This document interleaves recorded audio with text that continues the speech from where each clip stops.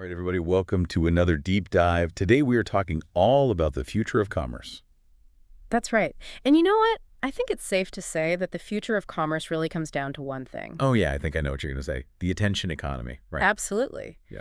It used to be all about having the best product or the lowest prices. Yeah, or the best marketing campaign, right? Like, who could shout the loudest? Right, exactly.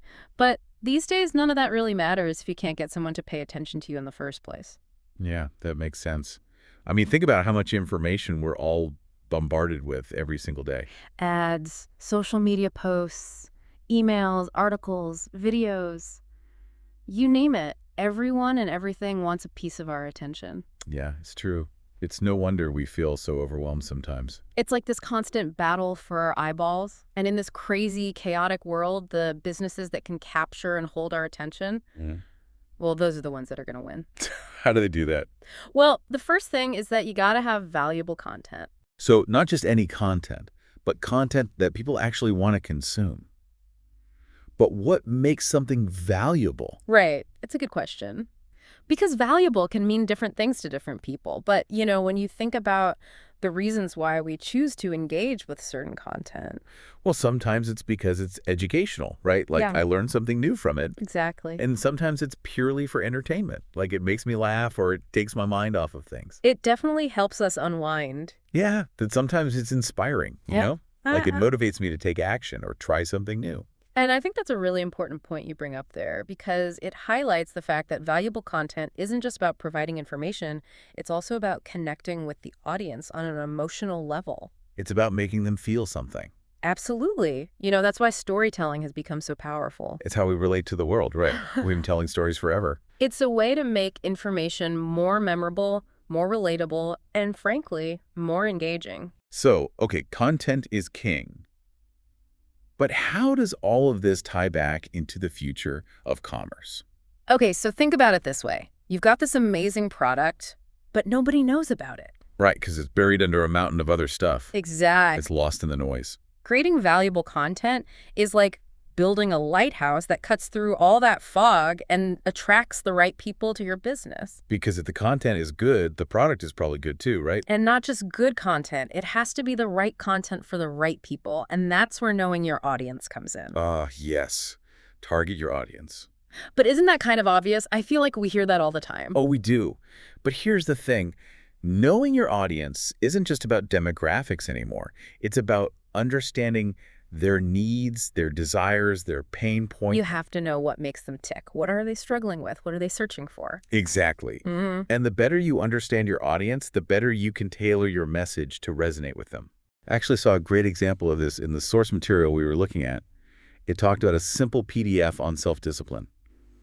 But the way you'd present that to a busy professional would be totally different from how you'd present it to a college student. Right. For a busy professional, you might focus on things like productivity hacks and work-life balance. While for a student, it might be more about time management and staying focused while studying. Same basic topic, completely different approach. Exactly. And that brings us to personalization. It's not just about having valuable content. It's about delivering that content in a way that feels tailored to each individual person. And, as a consumer, there's nothing more annoying than getting bombarded with irrelevant ads or content that just doesn't speak to me at all. Oh, yeah. It gets so frustrating. It's like, come on, do you even know me? Right. Personalization is about making people feel seen and understood. It's about those little details that show you've actually put some thought into who you're talking to. You know your name, your interests, your past behavior, the things you care about.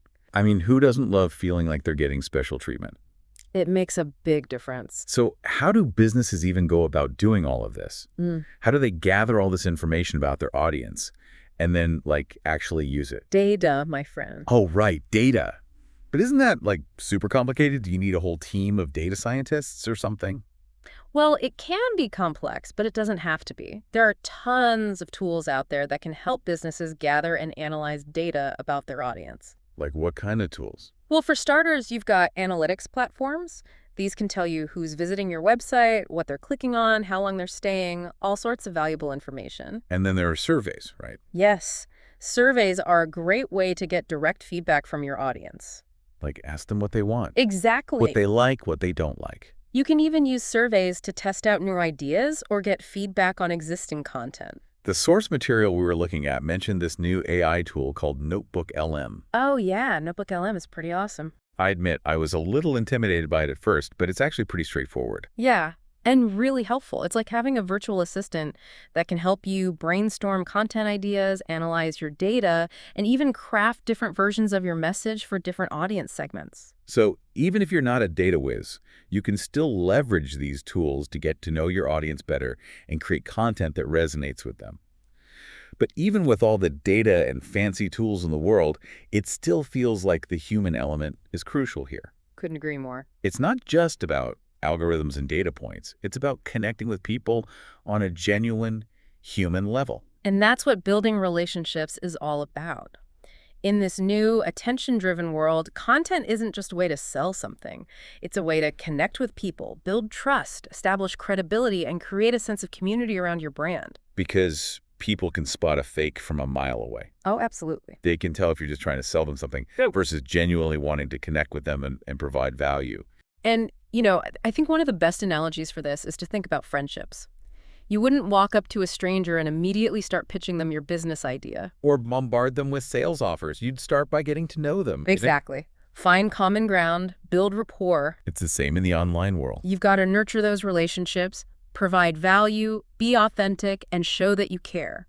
Because when people feel like you genuinely care about them, they're more likely to pay attention to what you have to say. They're more likely to trust your recommendations, and they're more likely to become loyal customers or advocates for your brand. So in this new attention economy, it really all comes down to this. How will you invest your attention? Right. As a consumer, what kind of content will you choose to consume? And as a creator, what kind of content will you put out into the world? What kind of relationships will you build? These are questions we should all be asking ourselves. It's something to think about. Well, thank you so much for joining us for this deep dive into the future of commerce and the attention economy. We hope you learned something new. We had a lot of fun. We did. Until next time.